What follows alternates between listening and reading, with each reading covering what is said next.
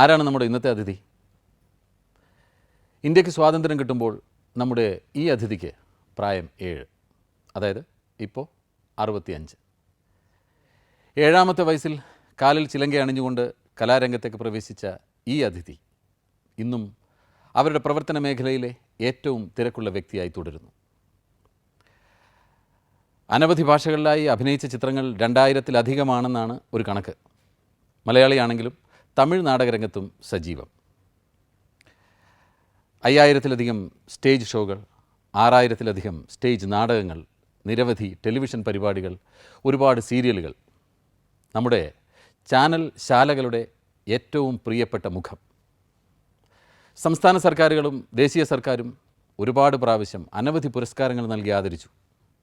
2003 India മഹാരാജ്യം Padmashri എന്ന ബഹുമതി നൽകിയും ആദരിച്ചു. ഇനിയും ഞാൻ നിങ്ങളോട് അന്വേഷിക്കുന്നില്ല ഈ അതിഥി ആരാണെന്ന്. കാരണം നിങ്ങളിൽ ആരെങ്കിലും ഒരാൾ ഈ മഹത് വ്യക്തിയെ അറിയില്ല എന്ന് വന്നാൽ ആ അപരാധത്തെ ഞാൻ ഭയക്കുന്നു. അതെ, പത്മശ്രീ സുകുമാരിയാണ് നമ്മുടെ ഇന്നത്തെ അതിഥി. നമ്മുടെ പ്രിയങ്കരിയായ സുകുമാരി ചേച്ചിയെ ഞാൻ സഹർഷം ഈ വേദിയിലേക്ക് ക്ഷണിക്കട്ടെ.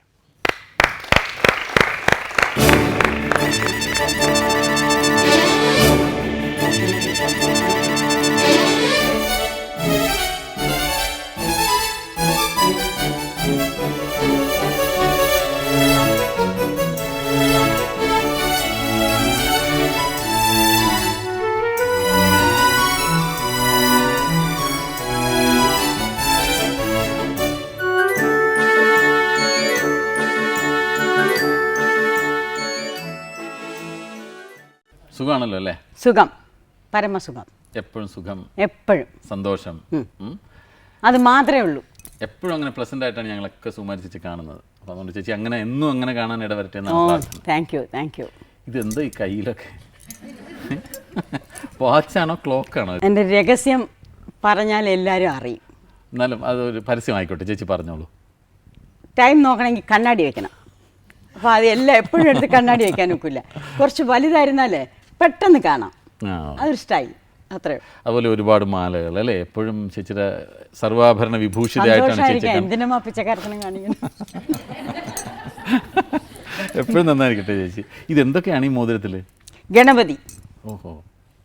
ഇതൊക്കെ ഈ ഷൂട്ടിങ്ങിന് വേണ്ടി ഇട്ടതാണ്. ഊഴാനുള്ള സമയം കിട്ടിയില്ല, അതുകൊണ്ട് അങ്ങനെ. അല്ല ചേച്ചി, അല്ലാതെ കാണുമ്പോൾ എപ്പോഴും ഇത്തരം മോതിരങ്ങളൊക്കെ ഉണ്ടാവും. എന്താണ് ഗണപതിയെ മാത്രം അങ്ങനെ ഒരു ഗണപതിയോടൊരു പ്രത്യേക ആരാധന? അങ്ങനെ എന്തോ എനിക്ക് ഗണപതിയെ ഇഷ്ടമാണ്. ഒന്ന് ചോദിച്ചോട്ടെ ചേച്ചി, എത്രയോ വർഷമായി എപ്പോൾ നോക്കിയാലും ചേച്ചി ഒന്നുമില്ലെങ്കിൽ ടി വിയിൽ അല്ലെങ്കിൽ സ്റ്റേജ് ഷോകളിൽ അല്ലെങ്കിൽ സിനിമകളിൽ അങ്ങനെ എപ്പോഴും ചേച്ചി കലയ്ക്ക് വേണ്ടി ജീവിക്കുന്ന ഒരാളായിട്ടാണ് ഞങ്ങൾക്കൊക്കെ തോന്നിയിട്ടുള്ളത്.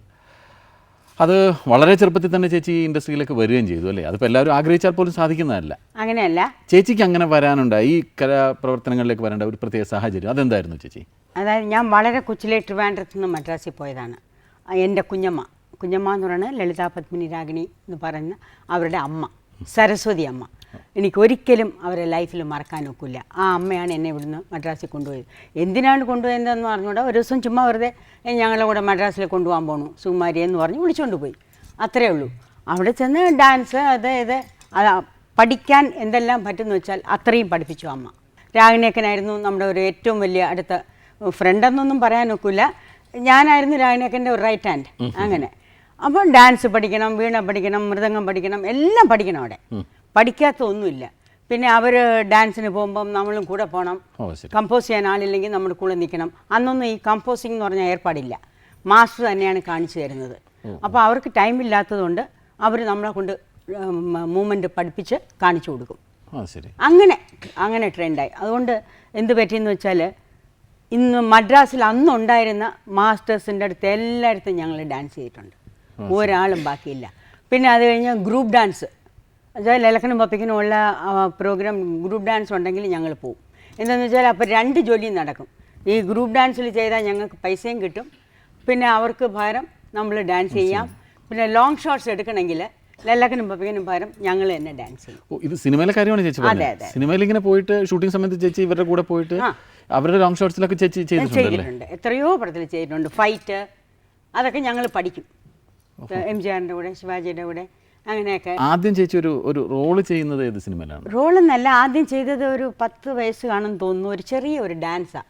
അതും അതിൽ വേണമെന്നുണ്ടായിട്ടല്ല, ഡയറക്ടറൊക്കെ നമുക്ക് അറിയാവുന്നതാണ്. ലല്ലക്കൻ എംബാപ്പിക്കിൻ്റെ വീട്ടിൽ നിന്ന് വരുന്ന കുട്ടിയാണ്, ചുമ്മാ ഡാൻസ് എന്ന് പറഞ്ഞ് വെറുതെ ഒരു 2 സ്റ്റെപ്പ് എടുത്തതാണ്. ഊറിരവെന്ന് പറഞ്ഞൊരു പടം, AVM സ്റ്റുഡിയോ, തമിഴായിരുന്നു. ആ അന്നത്തെ ഏറ്റവും വലിയൊരു ക്യാമറമാനായിരുന്നു നമ്മുടെ കൂടെ വർക്ക് ചെയ്ത് മാരുതി റാവു, ഡയറക്ടർ P. നീലകണ്ഠൻ. അദ്ദേഹമാണ് എന്നെ ആദ്യമായിട്ട് ക്യാമറയിൽ ഇത് എന്താണെന്നൊന്നും അറിഞ്ഞില്ല, ചുമ്മാ ഡാൻസ് ചെയ്തെന്ന് പറഞ്ഞാൽ എടുത്തത്. എന്നാലും ചേച്ചിയുടെ ഈ സിനിമാ ജീവിതത്തിൻ്റെ തുടക്കം കുറിച്ച ഈ തിരുവിതാംകൂർ സഹോദരിമാരെന്ന് പറയുന്ന ലളിത, പത്മിനി, രാഗിണിമാർ, അവരെക്കുറിച്ചുള്ളൊരു ചെറിയ ക്ലിപ്പിംഗ് നമുക്ക് കാണാം. രാഗിണിയൊക്കെ നടുക്ക്, ഇപ്പുറത്തെ ലളിതക്കൻ. ഇത് സുമാരിയാക്ക. ഇത് സുകുമാരി. എൻ്റെ ബ്രദർ ശങ്കർ, പപ്യക്കൻ, ലളിതക്കൻ.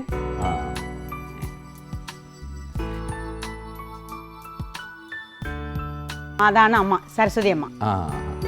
എൻ്റെ നേരെ ബാക്കിൽ നിൽക്കുന്നില്ല, അപ്പുറത്ത് അത് രാഗിണിയക്കൻ. ഇത് മറ്റേ ദേവപാൽ എന്ന് പറഞ്ഞ ബ്രദർ, കാണുന്നില്ല എനിക്ക്. അങ്ങനെ ഇത് ഞങ്ങളുടെ ഒരു മലയാ കോട്ടേജ്. അതായത് ആദ്യം വല്യമ്മയാണ് നമ്മളെ എടുത്തുകൊണ്ട് പോയി നമ്മളെ ഇത്രയും ഒരാളാക്കിയത്. ബിക്കോസ് വല്യമ്മയ്ക്ക് പെൺകുട്ടികൾ ഇല്ല, ആൺകുട്ടികൾ മാത്രമേ ഉണ്ടായിരുന്നുള്ളൂ, 6 പേര്. അവരുടെ ഇടയിൽ കിടന്ന് ഫുട്ബോൾ പോലെയായിരുന്നു നമ്മൾ വളർന്നത്. ഇതേതാണ് ചേച്ചി സ്ഥലം? ഇത് നമ്മുടെ പഴയ വീടാ, ട്രിവാൻഡ്രത്തെ, തിരുവനന്തപുരത്ത്. അമ്മ താമസിച്ചോണ്ടിരുന്ന വീട്. ഇവിടെ ഇപ്പോൾ ആര് താമസിക്കുന്ന ചേച്ചി? അമ്മയുണ്ട്, അമ്മയുണ്ട്, ഒരു അനിയത്തിയുണ്ട്. ഇത് എൻ്റെ സ്കൂള്, അന്നും ഇന്നും ഇതേപോലെ തന്നെ, യാതൊരു വ്യത്യാസവും ഇല്ല. തിരുവനന്തപുരത്തെ സ്കൂള്? അതെ അതെ, മുകളിൽ മാത്രം ഓല മാറി ഓടായിട്ടുണ്ട്. അന്ന് ചേച്ചി പഠിക്കുമ്പോൾ ഓലയായിരുന്നു അല്ലേ? ഇപ്പം മനസ്സിലായില്ലേ ഞാൻ എത്ര പഠിച്ചിട്ടുണ്ടെന്ന്.